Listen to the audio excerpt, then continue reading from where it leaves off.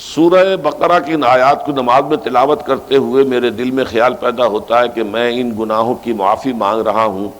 جو بھول کر یا چوک کر ہو گئے، لیکن جو گناہ میں نے پورے شعور سے کیے اور اب بھی کر گزرتا ہوں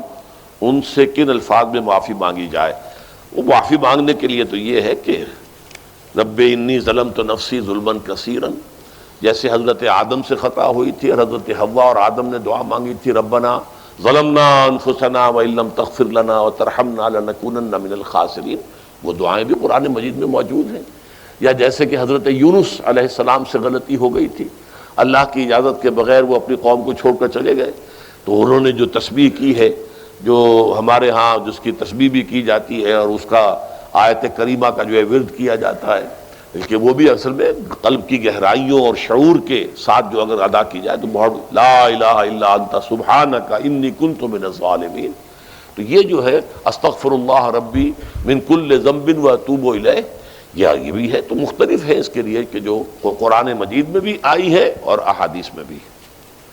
البتہ توبہ کے بارے میں چونکہ ذکر آج ہوا ہے اور آپ نے سوال بھی کیا ہے،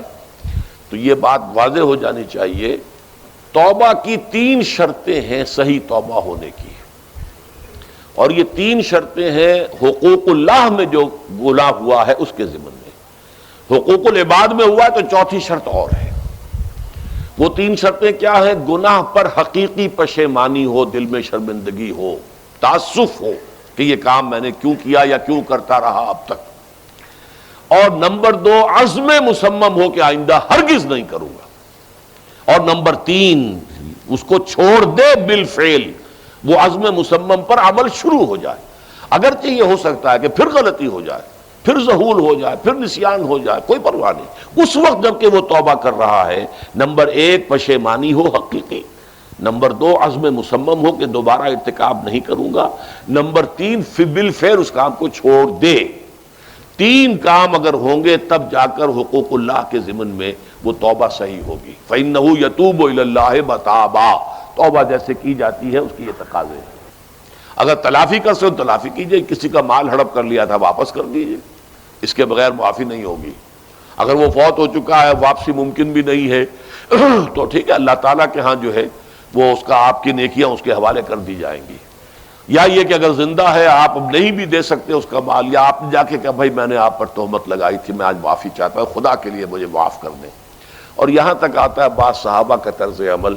کہ ایک صاحب اپنے اسی طریقے سے ساتھی سے معافی مانگ رہے تھے، انہوں نے کوئی سرسری طور پہ اچھا جی ٹھیک ہے میں نے معاف کیا، لیکن انہوں نے محسوس کیا کہ یہ دل سے معاف نہیں کر رہے، وہ زمین پر لیٹ گئے اور اپنا گال ایک جو ہے زمین پر ٹکا کر دوسرے کا، اس پر میرا اپنا پاؤں میرے دوسرے گال پر رکھو تو مجھے یقین ہوگا کہ تم نے واقعی مجھے معاف کیا ہے۔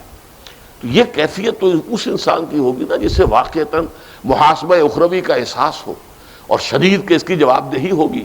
تو اس کے لیے تو پھر وہ ہر طرح سے تلافی کے لیے خوشامد کرے گا، بھائی خدا کے لیے مجھے معاف کر، اور جی معاف کر دیں آپ، بس یہ کیا ہے، ایک معافی وہ ہوتی ہے، وہ جو پولیس والے بھی معافی مانگ لیتے ہیں کبھی کبھی، تو وہ معافی نہیں ہوتی، حقیقتاً دل سے آپ معافی مانگیں تو وہ ہے معافی، اور واقعتاً دل سے معاف کریں۔ تو یہ ہے 4تھی شرط ہے کہ جو حقوق العباد کے سلسلے میں ہے۔